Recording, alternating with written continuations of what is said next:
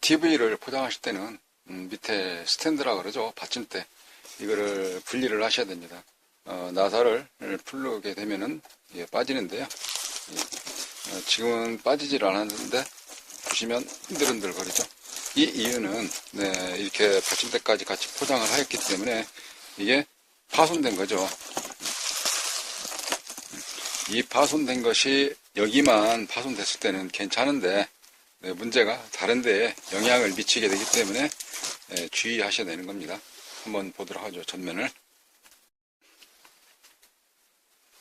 이런 뽁뽁이 포장을 잘 하셨다 손 치더라도 뭐 쌀가마니 늘린다든지 툭 던진다든지 또는 이렇게 모서리 이런데 툭 치게 되면은 앞에 유리는 금방 조각조각 나기가 쉽거든요. 이런 식으로.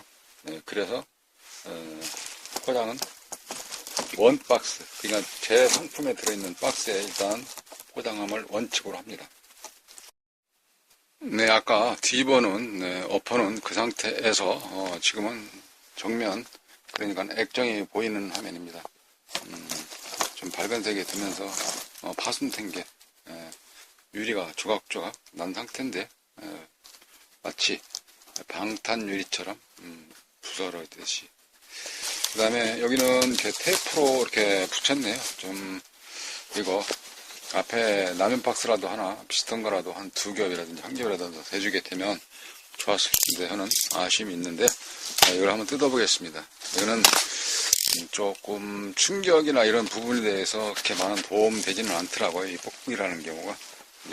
자, 그러면 근데 화면이 깨끗이 멀쩡하죠. 전기를 넣게 되면 알 수가 있습니다. 근데 육안상으로 보더라도 이쪽 부분이 좀 울긋불긋, 그렇죠. 이 자리가 깨졌습니다. 원박스 아니면 보상받기도 힘들거든요. 더군다나 택배 보내면서 면책이라고 해가지고 배송 중에 파손되는 경우는 택배사 책임지지 않겠습니다. 그런 때에만 보내게 되거든요. 그런 때만 받아줍니다. 전기를 콘센트에 꽂기 전에 이거는 포장할 때나 안 할 때나 관계없이 이동하면서도 관계 있는 거라서 지금 현재 순서적으로 나온 내용이니까 한번 곁들여서 추가로 말씀드리도록 하겠습니다. 이게 툭툭 하면서 날리면서 또는 잡다가 이 선이 또 가다가 이게 플러그라고 그러죠. 전기 AC 꽂을 수 있도록 이 플러그가 이런 데로 툭 치게 되면 이거 어이없이 금방 쫙 금갑니다.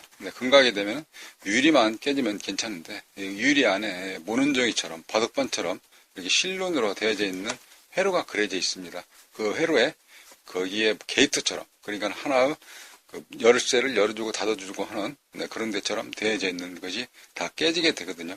손상된다는 거죠. 그 자리에 빛을 줘서 RGB 색깔을 보내게 되고 글자를 만들게 되고 명암으로 해서 보내주고 그 다음에 닫혀주고 그런 게이트 문처럼 되어 있는 건데 그게 이걸로 인해서 금방 깨지게 되거든요. 그래서 이거는 포장할 때가 아니라 이동할 때든지 또는 움직일 때 집안에 청소할 때 이게 툭 쳐서 깨지게 되는 거 이거 끝에 주의하셔야 됩니다. 잘 묶어 놓으시거나 아니면 뒤에다 테이프로 잘 붙여 놓으시는 그런 과정이 필요하다고 생각을 합니다. 자, 지금은 다시 본문으로 돌아와서 전기를 한번 꽂아서 아까 저 끝에 좌측에 전면을 바라봤을 때는 좌측인데 그 상태에서 전기를 꽂았고요. LED 등이 이렇게 꽂아져 있는 상태가 보이죠. 전원은 어디 있나요? 오른쪽 밑에 있나요? 이거 한번 켰습니다. 딸까? 그럼 색깔이 바뀌었죠. 이런 상태라고 하면은 이제 메인보드가 정상이라고 받으실 때는 화면이 깨진 상태가 보이게 됩니다. 그러나 그것마저도 지금은 상태가 안 되네요. 이런 경우는 이제 하나 예를 들 수가 있죠. 왜냐면 화면이 안 나와요. 소리가 나는데 화면이 안 나와요.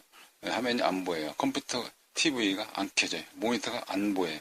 그런 상태이기 때문에 이 상태가 보이지 않아도 지금은 깨진 상태를 알 수 있는데 전기를 꽂아도 지금은 표시할 수 없는 것은 화면이 아무것도 나오지 않는 건 그렇죠. 고장난 상태이기 때문에 보냈을 때의 서비스를 받으려고 수리를 하려고 의뢰 작품으로 이거를 보냈기 때문에 이 화면이 안 보일 수도 있는 것이죠. 그래서 전기를 꽂아서 이 앞에 내용상으로는 켜져 있는 듯 하게 보이지만 이 자체는 실제적으로 많은 의미가 없게 됐죠. 왜냐? 고치려고 보냈던 것인데 이제는 액정마저 깨졌으니까 답답하게 된 노릇입니다. 네, 이와 같이 파손되게 된 경우를 여기 이제 그 분류를 하게 되면 메인보드나 쓸만한가, 그러니까 이 안에 들어있는 영상 AD 보드가 정상인지, 그때는 지금 현재 이 버튼을 누르게 되면 여기는 꺼졌다가 켜졌다가 하기 때문에 그러면은 동작은 어느 정도 하겠지. 그러면 화면은 제대로 나올까라고 생각이 되어진다 그러면 이 안에 이제 뜯어가지고 이와 같은 지그, 장비, 공구, 툴 이런 게 있는데 여기에 연결을 해서 화면이 이쪽 화면으로 나오는지 알 수가 있는 것이죠. 우리가 보통 메인보드 테스트기라고 부르기도 합니다. 이와 같은 액정 인치에 이 화면 나올 내용이 그대로 여기에 나오게 되거든요.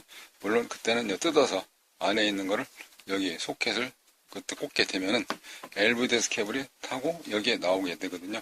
그러면 LVDS 케이블이 불량인지 액정이 불량인지 구분이 이런 장비를 통해서 할 수 있기 때문에 그걸 빼고 나머지는 버리게 되죠.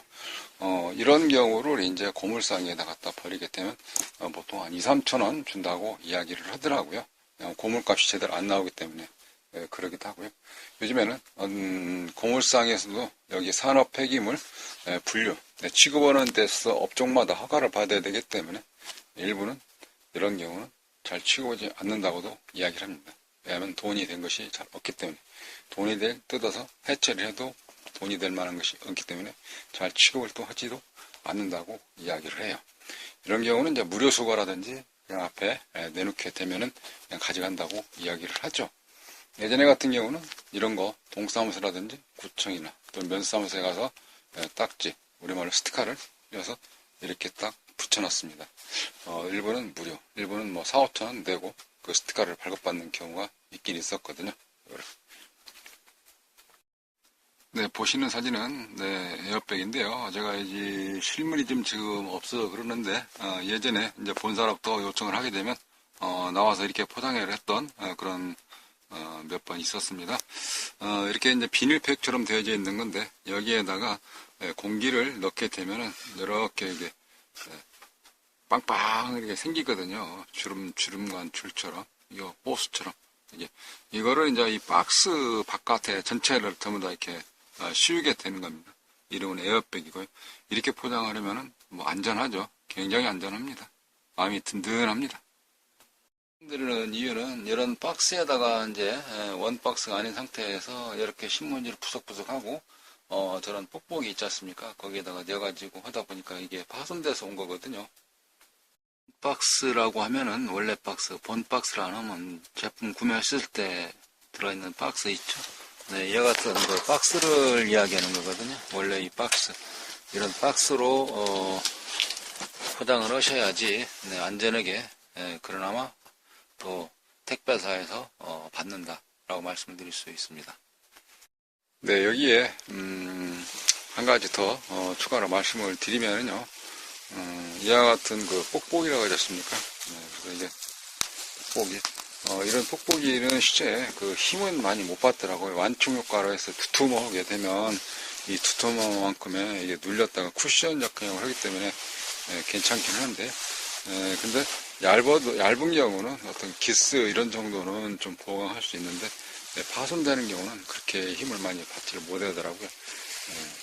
그래서 이제 여기 그 액정 글라스라고 하는 이 앞에 포장을 맨 처음에 하게 되면은 앞에다가 테이프 붙이기 전에 이와 같은 라면 박스가 있지 않습니까? 박스가 좀 두툼한 거 이런 거를 앞에다가 대주는 거, 그러니까는 그 틈새에다가 내어주는 게 이게 휘는 것을 방지하기 때문에 충격으로부터 이게 좀 보호를 받는 그런 경우가 있더라고요. 한 겹이 불안하면 두 겹.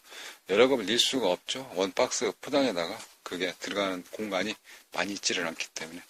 그러지 않으면 또 이제 좀 고급 재질로 하신다 그러시면 이런 경우가 이제 아크릴인데요. 화판도 괜찮기도 하고, 철판도 괜찮을 수가 있죠. 이런 거 아크릴, 저 같은 경우는 이제, 이거를 폐기하게 되면 전부 다, 해체하면서, 이런 그 도강판이라는 것이 나옵니다. 이 도강판을 모아놨다가 그 앞에 딱 대주게 되면은 이게 튼튼하죠. 사이즈도 딱 맞게끔, 돼서. 그래서 이런 식으로 한 번 더, 본사에서 나왔을 때보다도 안전하게 한 번 더 대주는 것이 필요할 것이다 라고 생각이 되어집니다. 택배로 인해서 특히 이제 큰 경우는 더 그러긴 하는데요. 참고로 또 택배사 같은 경우도 이제 받아주는 택배사가 있고 또 안 받아주는 그런 게 있고 그러는데, 또 화물 같은 경우는 파손율이 좀 적게, 왜냐면 화물이 더 취급하는 것이 그럴 것 같은데 조금 더 안전하게 느껴지는 경우가 있긴 있더라고요. 그래서 그거는 그런 것만 해서 그러는지는 몰라도 제가 해본 경험치로는 그러긴 하더라고요. 포장을 안전하게 원랩 박스에 잘 해야 된다. 원랩 박스를 하지 않으면 택배사에서도 받지를 않는다. 왜 그러냐? 초창기 때 같은 경우는 택배사에서 많이 물어졌습니다.